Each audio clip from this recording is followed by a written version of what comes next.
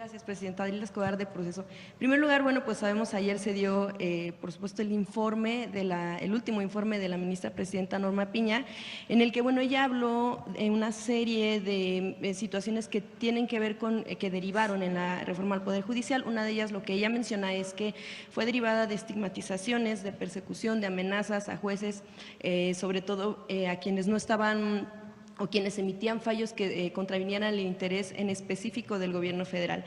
Esto, bueno, pues aunado a toda la serie de descalificaciones que se dieron por parte de lo que menciona desde el gobierno anterior, y también con el asunto de que hubo pues este tipo de amenazas con denuncias en contra de jueces o sacarles algunos temas. ¿Qué opina en torno a este tipo de declaraciones, sobre todo en un informe, si lo vio más como de una cuestión política que de resultados, aunado también al tema del recorte en el presupuesto que avanza en la Cámara? Sí, a ver, son tres temas. Primero, es falso que haya habido amenazas. Desde el Ejecutivo, ni el presidente López Obrador, ni de nuestra parte, ha habido ninguna amenaza a ninguna persona juzgadora. Lo que es importante es que una persona que trabaja en el Poder Judicial, particularmente jueces, juezas, magistrados, magistradas, ministras y ministros, también son servidores públicos y requieren transparencia. Pues no se puede, por un lado, estar defendiendo el INAI por la transparencia y por otro lado ser oscuros en las decisiones que se toman en el Poder Judicial. Lo que sí se ha hecho es hacer pública algunas decisiones que se toman, que deben ser públicas y que se manifiestan en la mañanera, de casos en donde, por ejemplo, se dan amparos a delincuentes de la delincuencia organizada, o casos, por ejemplo, que mantuvieron durante meses y meses y meses para poder determinar una resolución de la Corte por intereses personales o mercantiles, o casos en donde la Corte decidió legislar contrario a todas sus funciones establecidas en la Constitución.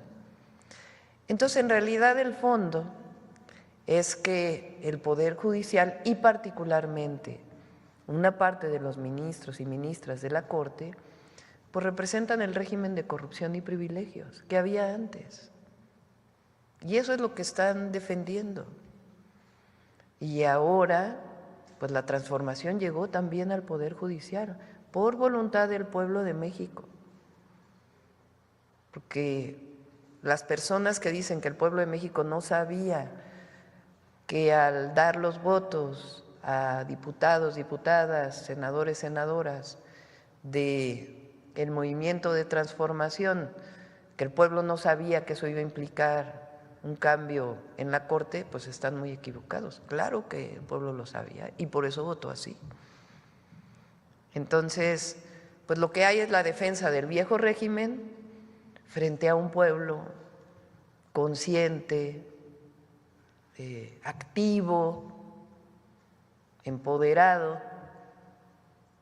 en el sentido de que sabe lo que representa la historia y el mantenerse unido con la transformación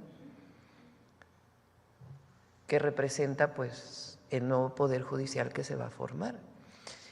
Y a diferencia de lo que dicen nuestros detractores, los adversarios políticos o la propia ministra, la presidenta de la Corte, de que esto va a representar menos autonomía, que no va a haber Estado de Derecho, es todo lo contrario. Ahora va a haber autonomía del Poder Judicial, por una sencilla razón: van a ser electos o elegidos por el pueblo. Si, lo he dicho varias veces, lo dije en mi toma de protesta, si el objetivo hubiera sido que la presidenta controlara la Corte, pues hubiéramos hecho una reforma como la que hizo Zedillo, en donde desapareció la anterior Corte, nombró a nuevos ministros y ministras que fueron nombrados pues prácticamente por él, en un acuerdo entre el PRI y el PAN, que ese acuerdo viene pues desde el periodo de Salinas, o antes, pero particularmente. Entonces, lo que hay es dos proyectos de nación. Uno, regresar al régimen de corrupción y privilegios, y otro, avanzar con la transformación. Entonces, ¿qué está defendiendo ayer con su informe? Pues el viejo régimen. Entonces, es falso que haya amenazas. Eso, lo que sí es que tiene que haber transparencia en el actuar de las y los jueces, y también los primeros que tienen que cumplir con la Constitución son ellos. Los primeros que tienen que cumplir con las leyes son ellos. Y no se puede estar utilizando la ley de amparo para liberar delincuentes, incluso la delincuencia organizada.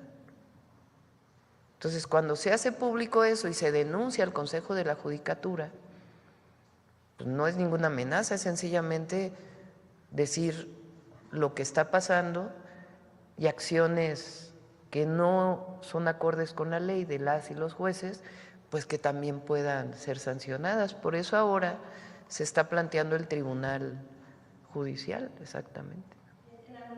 Incluso la ministra también había tocado el asunto de que en el anterior sexenio, en el expresidente Andrés Manuel López Obrador, se tenía la intención de que el ahora exministro Arturo Saldívar se mantuviera 2 años más para que alcanzara pues el tiempo del sexenio empatado, y para que se pudiera tener injerencia desde el Ejecutivo en la Judicatura.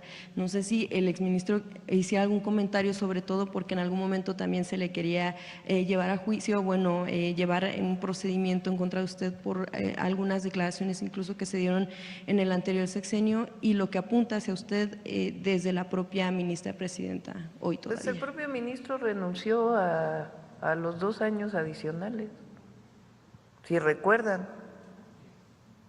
O sea, él mismo, cuando se quería hacer este cambio, él dijo, no, yo no estoy interesado.